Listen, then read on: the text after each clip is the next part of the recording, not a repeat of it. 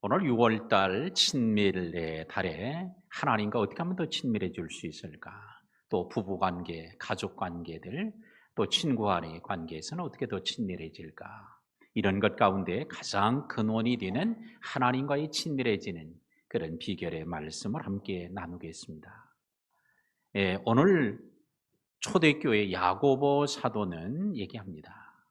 환난이 닥치고 고난이 닥치고 또한 때로는 집을 잃어버려야 되고 때로는 오랫동안 수십 년 대대로 살고 있던 곳을 떠나야만 하는, 때로는 돌에 맞아 죽게 될 위험도 당하고 때로는 쫓겨나기도 하고 매를 맞고 또 비난을 당하는 이런 아주 엄청난 어려움에 살던 초대교회 성도들에게 하나님을 가까이 하라 이렇게 말씀합니다. 왜냐? 그것이야말로 이 모든 환난을 이길 수 있는 길이고 또한 복을 받는 길이 되어지기 때문에, 그래서 하나님을 가까이 하라. 가만히 있어도 하나님이 가까워질 수 있었다면 가까이 하라고 일부러 말할 필요 없습니다. 하나님이 우리를 알아서 가까이 하게 끌어주면 우리는 가까이 하지 않아도 하나님이 알아서 하니까 그럴 수 있어요. 근데 오늘 하나님 우리는 자유의지, 우리의 오늘 결단을 통해 하나님께 가까이 가게 되면 하나님은 우리를 더 가까이 해주시는 이런 은혜를 주시겠다고 했으니 오늘 우리가 해야 할 일은 우리가 하면 되는 거, 하나님이 그 다음엔 하나님이 하실 것입니다. 그러므로 오늘 이 시간에 여러분들이 하나님을 가까이 하고 싶으십니까? 만약에 오늘 이 자리에 나는 하나님하고 가까이 하고 싶지 않다, 난 차라리 하나님과 멀어지고 싶다 이러신 분이 계신다면 오늘 설교를 들으실 필요가 없어요. 오늘은 하나님과 가까이 하고 싶은, 가까이 하려는 오늘 사람들을 향한 말씀이 되겠습니다. 이스라엘 백성들은 하나님과 가까이 하기 위해서 성전이 없을 때는 성막으로 나갔습니다. 왜? 하나님이 거기 계시니까. 그래서 그들은 성막을 가장 그들의 진 중앙에다가 치고 동서남북으로 세 지파씩 오늘 그들이 진을 치고 항상 그들은 장막의 문을 열기만 하면 성막, 가장 중심에 있는 성막을 쳐다보았습니다. 그랬던 그들이 이제 성전을 짓고 성전으로 나가게 되었고요. 아무리 어려워도 1년에 3차례는 반드시 성전에 나와 하나님 앞에 자신의 얼굴을 뵙도록 내보이도록 했습니다. 그러나 성전이 회파되고 사라진 이후에도 그들은 하나님이 계시는 회당으로 나가서, 그들이 비록 바벨론에 있던, 아수르에 있던, 애굽에 있던, 구라파에 있던, 아시아에 있던 하여튼 회당이 있는 곳에서는 그들은 회당으로 나갔습니다. 왜? 하나님이 그곳에 계신다고 그들은 믿었기 때문입니다. 또한 그 이후에 교회가 세워진 이후에는 그들은 교회에서 모임을 갖게 되었으니 하나님이 그곳에 계시고 그곳에서 말씀하시고 그들을 위로하시는 줄로 믿었기 때문입니다. 오늘날 우리 성도들도 교회로 이렇게 나온 이유는 하나님이 이곳에 계시고 이곳에서 말씀하시고 은혜를 베푸시고 축복하고 하늘문을 여시는 이런 은혜들을 베풀기 때문에, 그래서 오늘도 우리가 나온 줄 압니다. 그러나 단순히 교회로 나온 것뿐만 아니라 초대교회 성도들은 하나님께 더 가까이 가도록 하기 위해서 그들은 때로는 광야로 나가서 광야에 나가 금식을 하기도 하고요. 때로는 그들은 금식을 하고 철야를 하기도 하고 산에 올라가 기도하기도 하고 성경 말씀을 깊이 묵상하며 성경 읽기를 하기도 하고 때로는 수도원을 찾아가기도 하고 기도원에 올라가서 기도하기도 하고 했습니다. 근데 오늘 이 시간에 하나님을 가까이 하기 위해서는 야고보를 통해서 말씀하신 이 말씀을 좀 우리 함께 나누려고 합니다. 자, 오늘 8절에 하나님을 가까이 하고 친밀해지려고 하면 어떻게 되냐? 하나님을 가까이 하라. 따라합시다. 하나님을 가까이 하라. 여러분은 하나님과의 관계의 거리가 얼마나 됩니까? 제가 몇 차례 말씀을 드려서 하나님과의 관계의 거리는 멀리 떨어져 있는 게 아니에요. 하나님이 내 안에, 내가 하나님 안에 거하는 이런 하나가 되는, 아주 밀접할 정도가 아니라 아주 한 덩어리가 되는 이런 은혜여야 할 줄로 믿습니다. 그냥 멀리 떨어져 가는 게 아니에요. 바짝 붙어서 가는 게 아니에요. 하나가 돼서 가는 이런 하나의 관계가 되어야 할 줄로 믿습니다. 그런데 왜 하나님을 가까이 하라? 그랬을까요? 하나님과 지금 떨어져 있기 때문에 그런 거예요. 믿음으로 살려는 성도들이, 초대교회 성도들이 야고보가 볼 때에 하나님과 떨어져 있는 거예요. 그러니 하나님과 가까이 하도록, 하나님께 가까이 나아가도록 말씀을 하고 있습니다. 우리가 하나님에게 가까이 나갈 때 하나님도 우리에게 가까이 오시고, 하나님도 우리에게 가까이 오실 때 우리는 하나님을 등지고 멀리 떨어지는 게 아니라 오히려 하나님의 얼굴을 보고 하나님께 가까이 달려 나가야 할 줄로 믿습니다. 자, 죄인된 우리가 어떻게 하나님께 가까이 나갈 수 있어요? 성경은 성전을 통해, 회막을 통해, 또한 회당을 통해, 교회를 통해 오늘 이런 외적인 건물이나 오늘 이런 도구를 통해 하나님께 나가게 했지만, 죄인된 우리가 하나님께 나갈 수 있는 가장 근원적인 비결은 뭐냐? 예수님을 통해서 나가는 겁니다. 나는 길이요 진리요 생명이니 나로 말미암지 않고는 아무도 아버지께 올 자가 없느니라. 예수님을 통하지 않고는 하나님께 가까이 갈 수 없어요. 그래서 예수님을 통해 하나님과 가까이 가는 그런 은혜가 있기를 바랍니다. 그래서 우리가 주님과 동행하는 거 뭐예요? 주님의 손을 붙잡고 하나님 앞에 가까이 가는 거예요. 우리가 잘 모르니까 주님이 우리를 붙잡고 인도해 주시기도 해요. 우리가 가다가 쓰러지기도 하니까, 넘어지기도 하니까 주님이 우리의 손을 붙잡고 주님께 가까이 가는 거예요. 주님의 손을 잡고 가는 은혜가 있기를 주의 이름으로 축복합니다. 우리 손녀딸이 한번 그래도 이번 주에 며칠 전에 지 엄마가 걔한테 이제 조금 나이를 먹었으니까 심부름도 할 줄 알고 이래야 된다고 생각을 해서 약국에를 다녀오라고 해서 이렇게 뭘 사가지고 오라고 거기다 써놓고, 근데 그 걔는 그 글씨도 몰라요. 뭘 사와야 되는데 글씨도 몰라. 근데 그리고 돈도 주고 그러고는 갔다 오라고 그랬더니 갔다 오겠다는 거예요, 자기야. 그랬더니 조금 있어 이게 주니까 눈물이 글썽글썽하면서 못 가겠다는 거예요. 그럼 어떻게 가냐? 괜히 자기 동생하고 같이 가면 갈 수 있다는 거야. 근데 그 녀석은 뭐야? 아직 기저귀도 못 된 놈이라고. 근데 걔를 갖고 가면 갈 수 있다는 거야. 걔 가라 그랬더니 또 문을 나서려고 현관에 대해서 또 눈물이 글썽글썽해요. 그 엄마가 내가 뒤에서 다 봐줄 테니까 걱정하지 말고. 그러더니 쭈밋쭈밋 되더니 그 기저귀 찬 녀석을 붙잡고 나간 거예요. 걔 나갔는데 나중에 들어보니까 약국 앞에 갔는데 문을 몰려고 들어가질 못하더라는 거예요. 거기까지는 갔는데 그랬더니 그 기저귀 찬 녀석이 먼저 문을 열고 들어가니까 그러니까 따라 들어가더라는 거지. 따라. 그래가지고 그걸 주고 이제 그래가 사가지고 이제 비코스럼 돈을 가다가지고 이제 제 엄마가 이렇게 보니까 이제 해서 이제 왔습니다. 이 어린 것도요, 기저귀 찬 놈 붙잡고만 가도 이게 힘이 되는 거야. 이게. 그 말도 제대로 못하고 뭐 제대로 알겠어요. 근데도 그래도 그 녀석만 붙잡으면 그래도 그리 두려움과 불안이 조금 저가 돼서 같이 싸울 수 있다고. 주님과 함께 가는 길이야말로 우리가 얼마나 복이 되겠습니까? 그런데 주님 없이 살라고 하니까 이게 문제되지 않아요. 주님이 우리와 함께 하는 게 오히려 거추장스럽고 불편한 분들이 이 자리에 계실지도 몰라요. 왜? 주님이 자꾸 뭐라고 얘기하는 것 같고 잔소리하고 책망하기도 하고 안 된다고 얘기도 하고 자꾸 하니까 주님이 오히려 거추장스러워서 주님 제발 가까이 오지 말라고, 좀 떨어져 계시라고, 왜 날마다 이게 붙어 있냐고 오히려 그러시는 분이 이 자리에도 있을지도 몰라요. 그런데 혹시 그것이 여러분들이 어린 시절 자라오면서 성장하면서 혹시 부모로부터 억압을 받거나 아주 강압을 받거나 아주 통제 아래 성장을 해서 아주 그냥 누가 뭐라고만 하면 아주 그게 아주 지긋지긋하신 분들, 이런 분들은요 신앙생활을 해도 하나님이 뭐라고 그러면 아주 지긋지긋하거든요.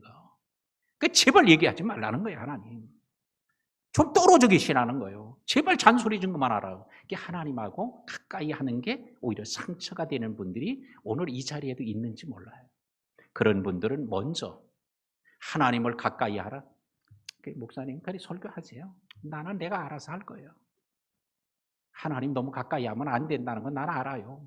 이러신 분이 이 자리에 계시다면 뭐부터 해결해야 돼요?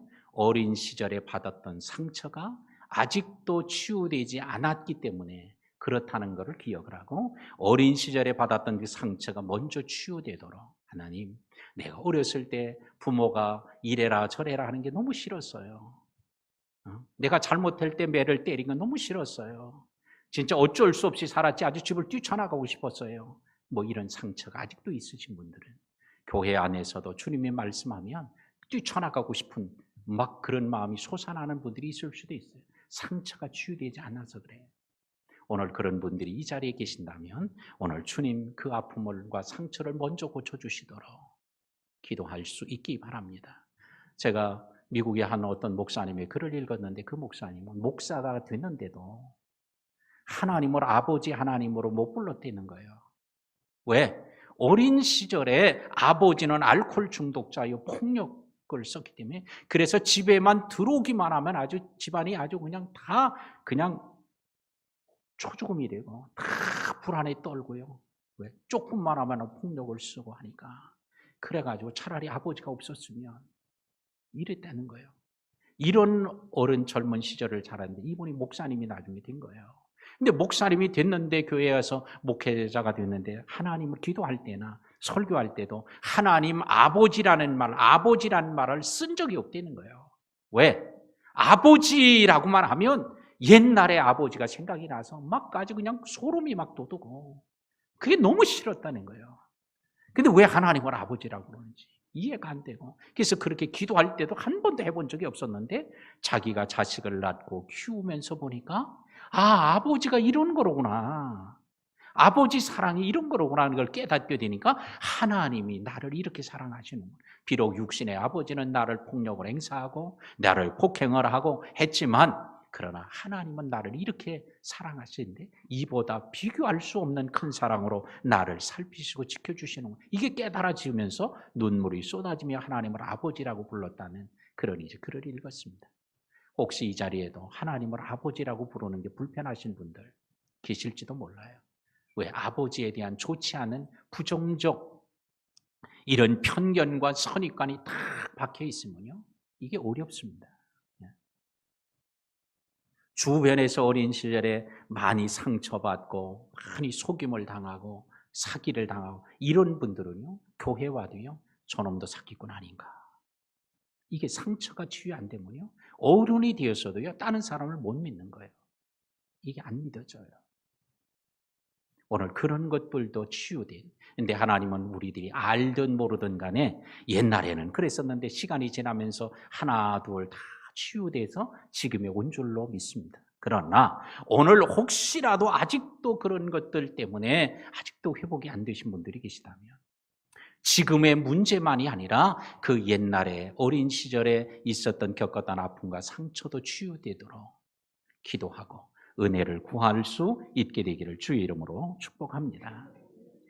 젊은 한 여성이 다음과 같은 글을 남기고 세상을 떠났습니다. 그는 이런 글을 남겼어요. 나는 여성으로서 가질 수 있는 모든 것을 가졌습니다. 나는 젊고 아름답습니다. 나는 돈도 많습니다. 나는 사랑에 굶주리지도 않았습니다. 날마다 수백 통의 팬레터를 받았습니다. 누구보다도 건강하고 부족한 것이 없습니다. 미래에도 그렇게 살 수 있을 것이라고 확신합니다. 그런데 웬일입니까? 너무나도 공허하고 불행합니다. 뚜렷한 이유를 찾을 수 없지만 나는 불행하다고 느끼고 있습니다. 나의 인생은 파장하여 문 닫은 해수욕장과 같습니다. 이런 글을 남기고 스스로 목숨을 끊었습니다. 오늘 이 사람이 누구일까요? 그래서 여러분들에게 그 사진을 보여줄 거예요. 힌트로. 자, 먼저 흑백 사진부터. 이 사람이요. 두 번째, 요렇게도 생겼어요. 세 번째, 요렇게도 더 생겼어요. 그 다음에 칼라 사진으로 보여드리겠습니다. 또 하나 더 보여줄게요. 누구일까요? 많은 분들이 알고 있네요. 1962년에 35살의 나이로 세상을 떠났어요. 자, 그는 없는 게 없는 사람이에요. 부귀영화도 가졌어요. 인기도 가졌어요. 많은 사람들의 사랑도 받았어요. 그런데도 주님과 동행하지 않으니 외롭고 힘들 때 혼자 견뎌낼 수가 없었던 거예요. 어려움과 힘든 것이 없는 사람이 누가 있습니까? 다 누구나 그런 과정들을 다 겪습니다. 물론 정도만 다를 뿐이에요. 내용만 다를 뿐이에요. 언제 그랬느냐 시기가 다를 뿐이지 다 누구나 어려움을 겪습니다. 그러나 그때 누구와? 주님과 함께 손을 잡고 가는 사람, 주님과 가까운 사람, 주님께서 그를 지켜주실 줄로 믿습니다. 두려워하지 마라, 놀라지 말라. 나는 네 하나님이 됨이니라. 내가 너를 도와주리라. 내 오른손으로 너를 붙들리라. 멀리 떨어져 있으면 어떻게 붙들어 주겠어요? 가까이 있으니까 오른손으로 붙들어 주고 두려워하지 말라고 얘기하시지 않습니까? 주님과 가까이 하는 성도들이 되기를 주의 이름으로 축복합니다. 죄인들아 손을 깨끗이 하라 8절에 그러죠. 죄인들을 향하여 손을 깨끗이 하면 하나님을 죄인들도 가까이 할 수 있다고 오늘 말씀합니다. 의인들만 하나님을 가까이 하는 게 아니에요. 죄인일지라도 손을 깨끗이 하면 하나님을 가까이 할 수 있다는 거예요. 자, 오늘 여기서 손을 깨끗이 한다는 말은 화장실에 가서 비누로 손을 닦는 것을 얘기하는 게 아니에요. 손을 깨끗이 한다는 건 죄를 끊어버리는 거예요. 나 이제 손 씻어서 이게 뭐예요? 죄를 짓지 않은 악한 어둠의 생활을 청산했다는 거 아니에요? 오늘 죄를 깨끗이 하면, 손을 깨끗이 하면 주님께서 함께 하신다. 그 죄에서 떠났다는 것을 말합니다. 죄를 떠나지 않고는 결단코 주님과 가까이 할 수 없어요. 기도해도 응답이 없어요. 내가 아무리 부르짖어도 하나님이 귀가 없어서 듣지 못하는 게 아니고 눈이 어두워 보지 못하는 것이 아니고 너희와 나 사이에 죄가 가로막혀 있기 때문이라. 이사야를 통해 얘기하죠. 죄 때문에 하나님이 우리가 기도해도 들으시면서도 보고 계시면서도 응답하실 수 없다는 거예요. 손을 씻으면 주님이 응답하고 기도할 때 응답되고 손을 씻으면 멀리 계셨던 주님이 가까우시고 주님이 손을 잡아 주시고 이끌어 주실 줄로 믿습니다. 자, 우리가 잘못했다고 말하고 회개할 때 우리는 입술로 잘못했다는 것을 회개를 저는 구분해서 얘기하면 입술의 회개라고 할 수 있어요. 그 다음에는 오늘 손을 씻었다는 것은 곧 뭐예요? 행동의 회개예요. 우리는 입으로만 회개하는 게 아니라 행동으로도 회개합니다. 우리는 입으로만 회개하는 게 아니라 마음으로도 회개하고 삶으로도 회개하는, 요거를 주님은 뭐라고 그래? 회개에 합당한 열매라고 말씀을 합니다. 예수님 당시에 많은 사람들이 입으로는 회개를 잘했어요. 그런데 삶의 변화가 없는 거예요. 회개에 합당한 열매를 맺지 않는 거예요. 그냥 하나님 나 잘못했어요. 그러면 싹 용서되는 줄 알고 삶은 그대로 하는 거예요. 근데 주님은 얘기하죠. 그건 반쪽 회개라는 거예요. 그러므로 오늘 행동의 회개가 필요한 것입니다. 그럴 때에 주님을 더 가까이 할 수 있어요. 자, 요즘에 명의 찾아 산만리라고 하는 이런 말이 있습니다. 명의가 있다고 하면 어디든지 찾아가는 거예요. 수소문해가지고. 왜? 그 사람 명의는 바로 병을 잘 고치는 소문난 유명한 의사를 명의라고 그러지 않아요? 이 명의들은요, 그냥 오기만 하면 그냥 알아서 고치는 게 아니에요. 오면 먼저 딱 인상을 보는 거예요. 얼굴을 딱 보고 눈을 보고 눈의 색깔을 보고 눈동자를 보고 이걸 뭐라 그래요? 망진이라고 합니다. 망진. 예. 그러니까 보고 진단하는 거예요. 그리고 하는 게 아니라 그 다음번에 뭐예요? 물어보는 거예요. 어디가 아프세요? 왜 오셨어요? 언제 아파요? 그 통증은 어때요? 또 어느 때 그게 나타나요? 물어보는 것. 이거를 문진이라고 합니다. 망진을 하고 그 다음에 문진을 하고 그 다음에는 이리 와 보세요. 여기 누워 보세요. 아니면 자 옷을 풀어주세요. 그러면서 청진기를 대보든지 손을 대보든지 맥을 짚든지 하는 절진을 합니다. 그리고 나서도 바로 하는 게 아니고 오늘 임상병리검사 피 검사를 좀 하겠습니다. 좀 주사 바늘 때가 때 아픔 따끔합니다. 참으세요. 피를 빼고 피 검사를 하고 영상의학 검사를 통해 뭐 MRI라든 뭐 CT를 찍든 엑스레이를 찍든 찍습니다. 그러고 나서 환자의 병을 진단하고 처방하고 치료를 하는 거예요. 예. 오늘 의사도 이렇게 진단을 잘하면 병을 90%는 그냥 고칠 수 있는 거예요. 진단만 잘 되면. 근데 이게 진단이 잘 못 되면 이거 엉뚱하게 되는 거잖아요. 엉뚱한 병. 그래서 진단을 잘한, 명의는 뭐예요? 진단을 잘한다는 거예요. 다 보고 물어보고 만져보고 그 다음에는 검진을 해보고 나면 이 진단을 잘하는 의사가 이게 바로 명의인데, 우리가 요즘에 새벽 기도에 느헤미야서를 우리가 살피고 있는데요. 느헤미야서의 2장에 보면 느헤미야가 예루살렘에 돌아와서 보니까 예루살렘 성이 무너져 있거든요. 그 무너진 데를 다 살펴보기에 돌아보는 거예요. 살펴봤어요. 근데 그 살펴보다는 단어가 뭐냐? 의사가 환자를 진단할 때 쓰는 의학용어 샤바르라는 단어인데, 그 샤바르라는 단어가 바로 거기 있어요. 오늘 느헤미야는 의사가 아니었지만 의사처럼 예루살렘의 성에 무너진 현장을 다 진단한 거예요. 그러고 나니까 52일 만에 성벽을 재건하고 성로를 4개의 성로를 세우고 그 다음에는 10개의 성문을 오늘 타는 이런 일을 다 마치게 되어요. 진단이 바로 되니까 성을 회파된 성읍이 다시 재건하고 회복시키는 것도 큰 문제가 아니었다는 거예요. 오늘도 우리의 신앙생활에, 우리의 영적 삶에 진단이 필요하잖아요. 오늘 여러분들이 무슨 종합병원에 가서 진단한다고 여러분이 신앙을 점검해 주거나 진단하시는 그런 병원이 있습니까? 오직 교회를 통해서만 이루어지잖아요. 오늘 제가 주보에다가 한 장을 넣어줬어요. 영적 검진 체크리스트를 넣어줬어요. 그건 뭐냐?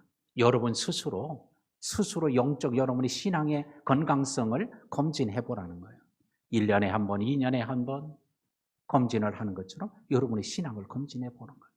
근데 이건 제가 만든 건 아니고요. 국민일보에 나오는 거를 제가 보고 이거 좋겠다 생각을 해서 제가 여러분에게 그걸 내드린 겁니다.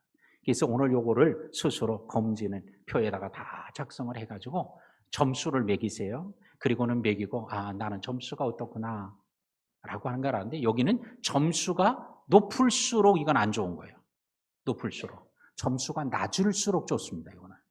요거를 어떻게 목장 모임을 할 때, 또 함께 기관에서 이런 교제하면서 모임을 할 때 요걸 해서 나는 여기가 점수가 많이 나왔어요. 요게 문제인 것 같아요. 여기가 아픈 데예요. 여기가 문제다. 이런 거 서로 나누면서 기도하면 오늘 신앙의 검진이 이루어지고 또 신앙의 회복이 이루어질 줄로 그래 생각하고, 그래서 여러분에게 검진표를 해드린 거니까 그렇게 해보세요. 할렐루야. 진짜죠? 저 점심 먹고 한번 제가 물어보겠습니다. 자, 오늘 손을 깨끗이 하면 어떻게 하나님과 가까이 갈 수 있는 길이 열립니다. 그 다음에는 오늘 두 마음을 품은 자들아 마음을 성결하게 하라. 8절에서 그래요. 성결하게 해야 바로 하나님과 가까이 갈 수 있다고 우리에게 말씀합니다. 그런데 누구에게 그 얘기를 해? 두 마음을 품은 자들아. 두 마음을 품고 있대요. 어떤 마음이에요? 오늘 세상과도 짝하고 하나님과도 벗하고 싶은 이 두 마음을 가지고 있어요. 자, 오늘 그런 사람으로 인해서 성결하게 이중적 태도를 가진 사람, 이런 사람을 지난번에 그랬죠? 폴 투르니에 의사의 말을 빌려서 제가 얘기했잖아요. 실제 인간과 등장인물, 두 인물이 누구나 있다는 거잖아요. 이렇게 두 인물로 사는 사람들, 이런 사람은 뭐예요? 성결하게 해야 된다. 두 인물로 살지. 근데 누구나 대부분 이 두 인물로 사는데요. 두 인물이 아니에요. 10개도 더 넘게 살 수도 있어요. 이거를 우린 다중인격이라고 그러는데요. 교회 와서는 성자로 살고, 회사 가서는 장사꾼으로 살고, 또 어디 가서는 이게 얼굴이 달라. 다중인격으로 이렇게 사는데, 오늘 그래도 핵심이 뭐예요? 오늘 성결함을 유지하며 사는 게 이게 중요하죠. 자, 데살로니가 전서 5장 23절을 보겠습니다. 평강의 하나님이 친히 너희를 온전히 거룩하게 하시고 또 너희의 온 영과 혼과 몸이 우리 주 예수 그리스도에 강림하실 때에 흠없게 보존되기를 원하노라. 우리 주님이 강림하실 때 흠없게 보존되어야 될 부분이 뭐예요? 온 영과 혼과 몸이 보존되어야 된다는 거예요. 자, 우리는 영혼만 잘 유지되면 된다고 생각하지만 이게 잘못된 거예요. 몸도 잘 성결하게 흠없이 준비하도록 해야 된다는 거예요. 초대교회 시절에는 영지주의자들의 영향을 통해서 이 몸은 쓸모없는 거야. 썩어 없어질 거야. 다 이제 뭐 몇 년 더 있으면 내가 죽으면 없어지는 거야. 그래서 멋대로 살고 죄된 도구로 쓰는 게 아니라 우리의 몸도 성결해야 된다는 거예요. 영도 성결하고요. 혼도 성결하고요. 육도 성결해야 한다고 말씀을 합니다. 그 다음에는 슬퍼하며 애통하며 울라고 말씀합니다. 왜? 주님과 멀어진 것 때문에, 죄악에 빠졌던 것 때문에 이렇게 슬퍼하며 울어라. 애통하는 자는 복이 있나니 뭘 받을 것이요? 위로를 받을 것이요. 오늘 우리가 애통을 하지만 위로는 누가? 하나님. 위로부터 주는 위로가 임하는 거예요. 오늘 거짓 그리스도와 거짓 선자들이 판을 치고 있음에도 그들은 깨닫지 못하고 있는 그런 때에 하나님을 가까이 하도록 가르치고 있습니다. 만약에 이 땅에서 애통하는 자는 하나님을 만나는 날 위로가 있게 될 것이지만 만약에 이 땅에서 애통하지 않으면 어떤 날이 와요? 주님을 만나는 그날 슬피 울며 일을 가는 일이 주님 만나는 날 일어날 거예요. 그러니까 미리 애통하고 미리 기도하고 미리 죄를 버리는 사람이 복이 있을 것입니다. 마지막으로 주 앞에서 낮추라. 그리하면 주께서 너희를 높이시리라. 뭐 하라? 낮추라. 자기를 낮추며 살아라 라고 말씀을 합니다. 근데 사람들은요 다 조금만 남보다 조금 더 가지면 이게 높아지려고 그래요. 조금 더 알면, 조금 더 잘생기면, 조금 더 뭐 하면, 조금 더 하면 이게 아주 도토리 키재기인데 이게 조금만 낫다고 생각하면 아주 알기를 자기보다 조금 못한 사람은 우습게 한단 말이에요. 근데 이게 너나 할 것이 다 그게 있다는 거예요. 나는 절대 그러지 않아요. 아니요. 자기보다 또 더 못한 사람 보세요. 그 사람 앞에 가서는요 더 그런다니까. 예. 자, 그렇기 때문에 우리는 조금만 더 나아도 우쭐대고 으스대는 것, 이게 바로 세상의 모습입니다. 근데 주님은 뭐라 그래? 낮추라 얘기를 해요. 왜?